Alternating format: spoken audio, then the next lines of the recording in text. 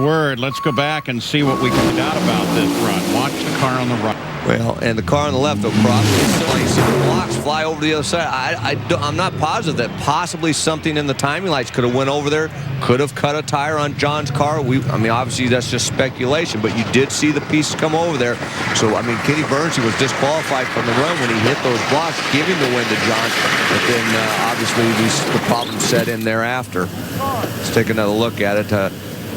Kenny had the whole shot off of the starting line, had a good run, but look at the thing start moving around. It drifts over. Once you get out of the groove here, it's a wild ride. It's really hard, a handful here at the Texas Motorplex on the other end of that concrete. When it starts slip, when you get it out of the groove, it really gets loose, and you really got to do some driving. Right there, you see the car come over, and wow, that's a looked big like hit. Something started to disintegrate in the right rear of John's car.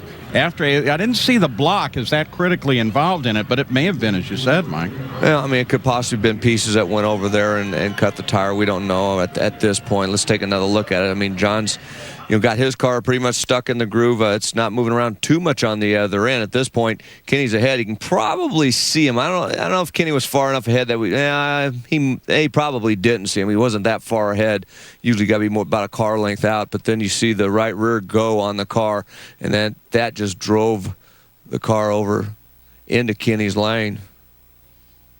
And with Kenny Bernstein crossing the center line, John Force, the car stayed in his lane, would come out as the winner of this. But then, of course, the car breaking in half after that disintegration. And John Force, they say, is conscious but has injuries to his lower extremities. So we'll wait until we hear some more definitive and accurate information to see exactly how John Force is after this horrifying accident with Kenny Bernstein. Two great masters of the sport slamming together against the wall in Dallas.